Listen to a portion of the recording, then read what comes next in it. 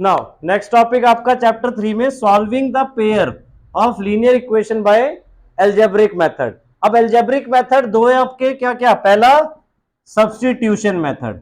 सो substitution method में हम क्या करते हैं, एक वेरिएबल की वैल्यू निकालते हैं और उसको दूसरी इक्वेशन में पुट करते हैं।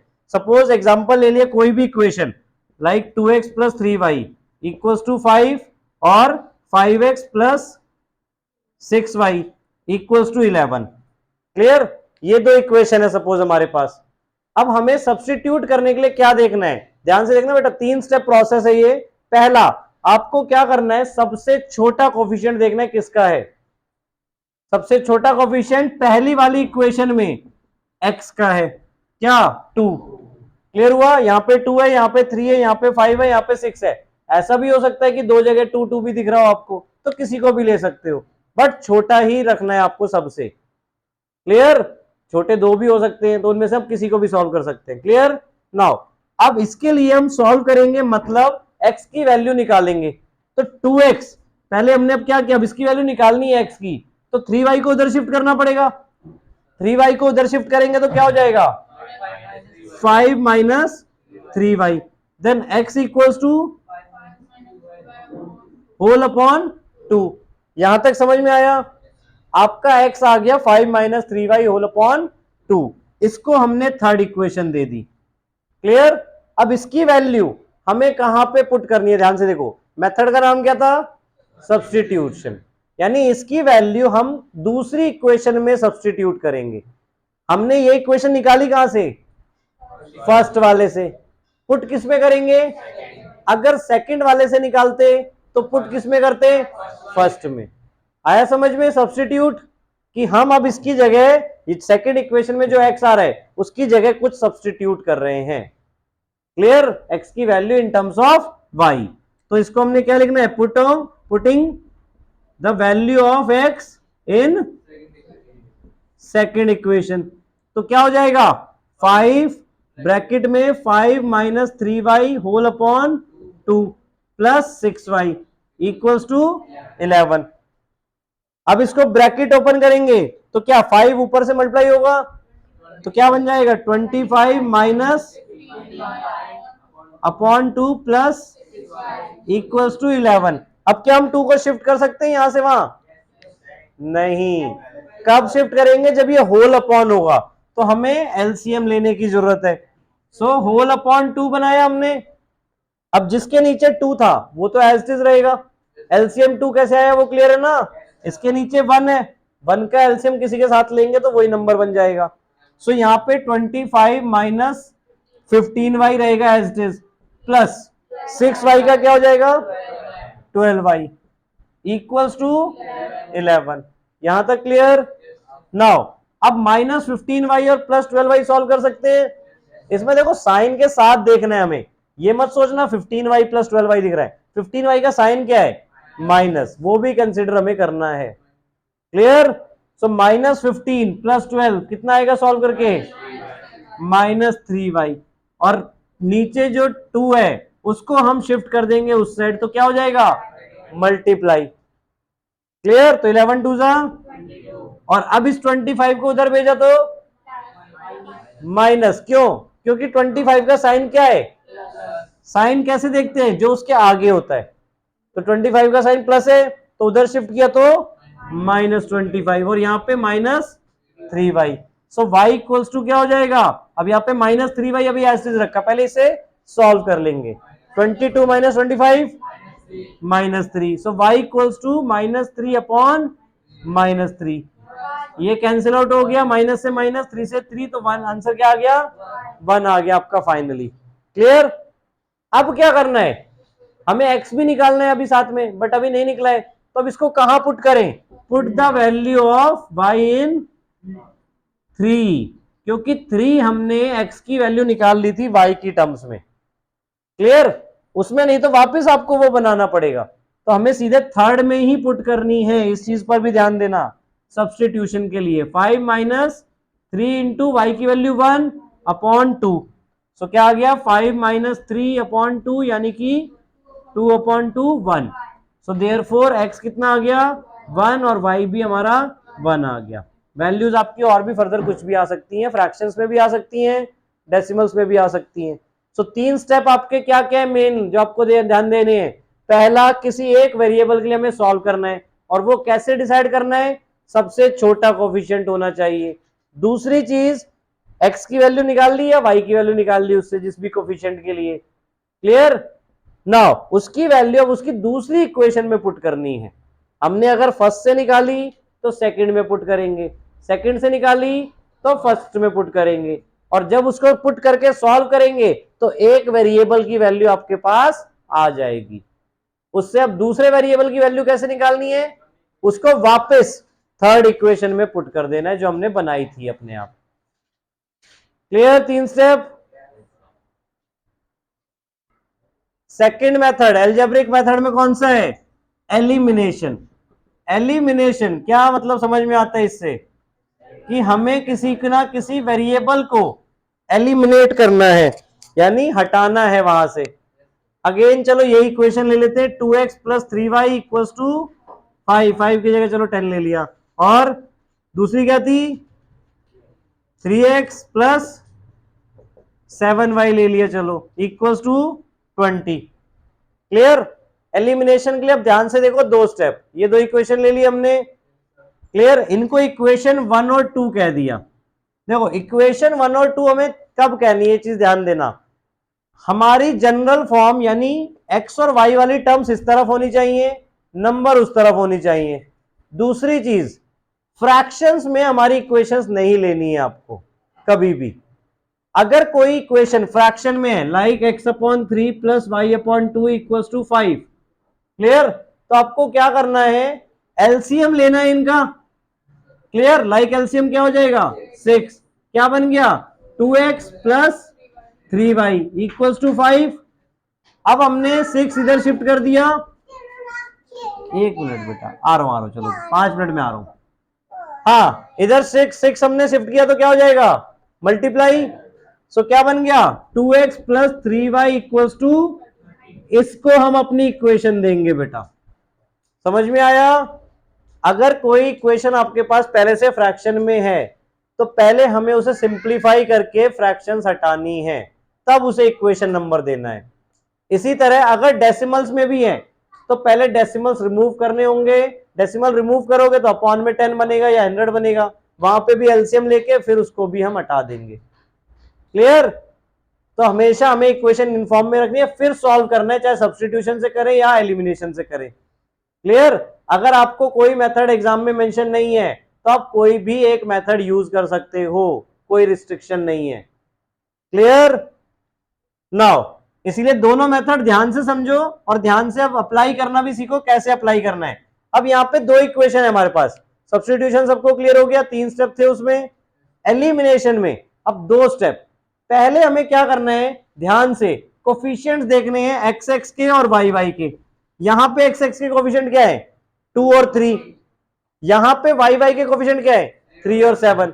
अब किसका एलसीएम छोटा बनता है 2 और 3 का, कितना, और उसको 6 बनाने के लिए दोनों को क्या क्या मल्टीप्लाई करना पड़ेगा, पहली में 3 और दूसरी में 2, ये मल्टीप्लाई करना पड़ेगा हमें। अगर हम y का सेम करें तो पहली में 7 और दूसरी में 3, तो हमारे लिए इजियर क्या है एक्स एक्स वाले के। क्लियर। तो अगेन देखो वही चीज, पहले हम इजियर ढूंढ रहे तब काम शुरू करेंगे, ये नहीं कि हमने करना है सीधा। क्लियर हुआ पॉइंट। सो छोटे कोफिशिएंट्स को हम जनरली देखेंगे, उन्हीं को बैलेंस कराने की कोशिश करेंगे। बैलेंस मतलब दोनों के कोफिशिएंट सेम हो जाएं। तो क्या मल्टीप्लाई कराना है, पहली इक्वेशन को किससे, multiply equation 1 by 3 and 3 number, and equation 2 by 2। Clear. तो क्या बन जाएगी अब आपकी इक्वेशन, अगर इसको हमने 2 से, इसको 3 से करवाया और इसको 2 से करवाया तो 6x प्लस, और दूसरी 6x प्लस, यहां तक क्लियर हुआ। इनको हमने थर्ड और फोर्थ न्यू इक्वेशंस दे दी अपनी। क्लियर। नाउ अब हमारे यहां पे कोफिशिएंट जो है वो सेम हो चुके हैं। अब ये था आपका पहला स्टेप, समझ में आया। हमें क्या करना था, किसी भी एक वेरिएबल के कोफिशिएंट को इक्वल करना था। क्लियर है सबको स्टेप वन। जब अब ये हो जाएगा, आपको दो अब नई इक्वेशन मिल गई जिसमें आपके क्या है, कोफिशिएंट सेम है। तो अब आपको दूसरे स्टेप में क्या सोचना है कि अब इनको ऐड कराया जाए या सब्ट्रैक्ट कराया जाए। ये कैसे डिसाइड होगा, अगर दो जो आपने कोफिशिएंट सेम किए हैं, अगर उनके साइन सेम है, अगर साइन सेम है तो क्या करेंगे, सब्ट्रैक्ट। अगर साइन डिफरेंट होते तो हम क्या करते, ऐड। जयंत कहां ध्यान है, क्या करना है इसमें फिर, अब सब्ट्रैक्ट करना है। क्यों, क्योंकि साइन क्या है यहां पे, सेम है। क्लियर, तो हम क्या लिखेंगे, सब्ट्रैक्ट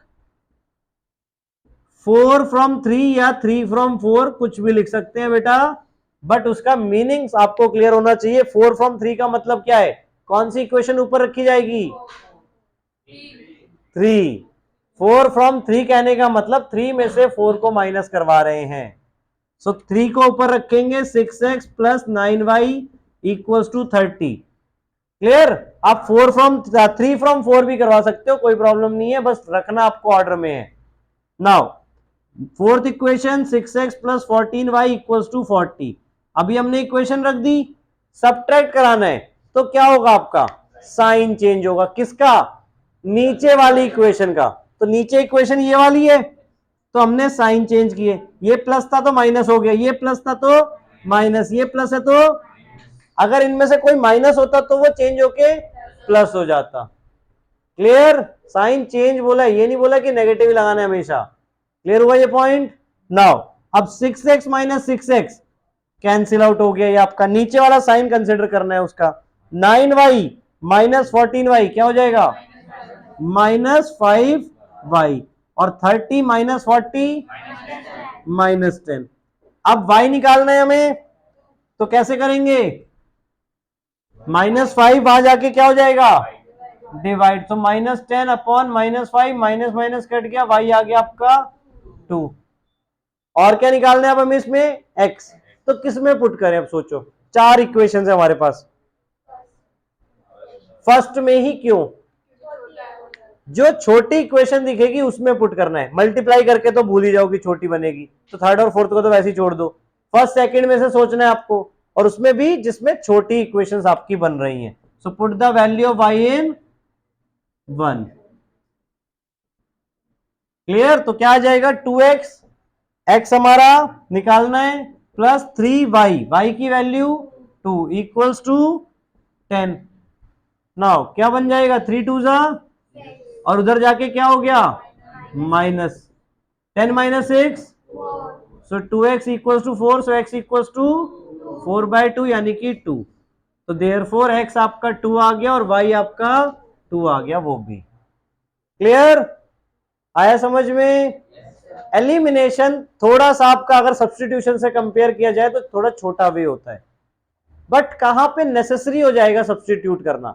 अब सपोज मैंने आपको एक इक्वेशन दे दी, x equals to y plus 4 है और एक x plus y equals to 10 है। क्लियर, सपोज आपको दो इक्वेशन ऐसे मिली हुई हैं, तो यहां पे हमें सीधा दिख रहा है कि x की वैल्यू दी हुई है, तो हम इसको डायरेक्टली सेकेंड इक्वेशन में पुट कर सकते हैं और सॉल्व कर सकते हैं। क्लियर, आया समझ में। यहां पे अगर हम डायरेक्ट x की जगह y प्लस 4 डाल दें तो क्या हो जाएगा, y plus 4 plus y equal to 10। तो y की वैल्यू 3 आ जाएगी, y की वैल्यू 3 आई तो x की वैल्यू 7 आ जाएगी। जहां पर हमें सिंपली डायरेक्टली सब्स्टिट्यूशन दिख रहा है तो वहां पे तो डायरेक्ट सब्स्टिट्यूट करेंगे, अदरवाइज जो नॉर्मल इक्वेशन की फॉर्म में मिलेगा उनमें एलिमिनेशन करेंगे। एग्जाम में कभी भी आपका मेंशन नहीं होगा कि कौन सा मेथड करना है, आपके ऊपर चॉइस है कौन सा आपको बेटर आता है, उस वे से कर सकते हो। क्लियर, और वैसे तो दोनों मेथड अपने बेस्ट रखो कि आप अप्लाई कर सको। क्लियर हो गया एलिमिनेशन। दो स्टेप क्या थे, पहला हमें कोफिशिएंट सेम करना था। अब इसमें भी एक चीज बहुत इंपॉर्टेंट सुनो बेटा, दैट इज अभी तो हमने आपने देखा कि दोनों को हमें किसी ना किसी से मल्टीप्लाई करना पड़ा। कई बार ऐसा भी हो सकता है मल्टीप्लाई करना ही ना पड़े, सपोज y का कोफिशिएंट यहां 7 ही होता तो हमें मल्टीप्लाई करने की जरूरत ही नहीं होती, डायरेक्ट एलिमिनेट करते, तो हम डायरेक्ट स्टेप 2 पे आ जाते, क्योंकि पहला वाला स्टेप हमारा पहले से ही वैलिड है वहां पे। क्लियर हुआ? या यही होता कि मान लो यहां पे कुछ भी नहीं है, तो हम क्या करते हैं, अब पहली वाली इक्वेशन को ही मल्टीप्लाई कर दो 7 से, तो 7y बन जाएगा। यहां पे पहली वाली इक्वेशन को ही 7 से मल्टीप्लाई कर दिया तो 7y बन जाएगा। तो किसी एक इक्वेशन को ही हमें मल्टीप्लाई करना पड़ा। क्लियर? तो वैसा भी हमारा हो सकता है। क्लियर हुआ पॉइंट? तो हमें किसी एक ही इक्वेशन को मल्टीप्लाई करना पड़ता, 1/7 करना पड़ता। अब जैसे यही वाला, चलो देखो एक बात कि ये दोनों इक्वेशन हो गई हमारी, तो हमें 1 को ही 7 से मल्टीप्लाई करना होता, सेकंड को नहीं करना होता। तो क्या होता अब हमारा, 7 से मल्टीप्लाई किया इसको नहीं करना किसी से भी, तो क्या बन जाएगा 14x plus 7y equals to 70। और दूसरी इक्वेशन हमारी एज इट इज, इसको थर्ड दे दिया। अब दूसरी को क्या दोबारा लिखेंगे? नहीं। अब यहां पे हमें क्या करना है, अगेन देखो कोफिशिएंट सेम है डिफरेंट है? कोफिशिएंट सेम है और साइन भी सेम है। कोफिशिएंट तो सेम हो गए, साइन सेम है। साइन सेम है तो क्या करेंगे, ऐड या सब्ट्रैक्ट? सब्ट्रैक्ट करेंगे। सब्ट्रैक्ट अब क्या लिखे, अब फोर्थ इक्वेशन तो है नहीं यहाँ पे, दो ही है 2 और 3, तो सब्ट्रैक्ट 2 फ्रॉम 3 लिख दिया या 3 फ्रॉम 2 लिख दिया। यानी अब हमें 2 और 3 में काम करना है। देखो जिसको मल्टीप्लाई किया उस इक्वेशन को तो छोड़ना ही होता है हमेशा, क्योंकि उसकी नई इक्वेशन हमारे पास आ गई। क्लियर? और उसके अलावा जो दूसरी इक्वेशन वहां पे उसके साथ काम करना है। क्लियर हुआ ये पॉइंट? नाउ तो सब्ट्रैक्ट करेंगे तो क्या बन जाएगा, 2 फ्रॉम 3, ऊपर कौन सी आएगी 3 वाली, 14x plus 7y equals to 70, और नीचे सेकेंड वाली 3x plus 7y equals to 20। Again subtract करना है, सबके साइन चेंज, 7y कट गया, 14 minus 3 11x equals to 50। So x क्या आ गया 50/11, और फिर हम y की वैल्यू निकाल लेंगे। क्लियर? किसी भी इक्वेशन में पुट करके, किस में पुट करें, फर्स्ट में। आया एलिमिनेशन अच्छी तरह? कुछ भी कंडीशन आपके पास होते सारी मैंने क्लियर कर दी है कि या तो कोफिशिएंट सेम मिलेगा, या एक को मल्टीप्लाई करना है, या क्या पता दोनों को मल्टीप्लाई करने की जरूरत पड़ जाए। ठीक है? Clear elimination?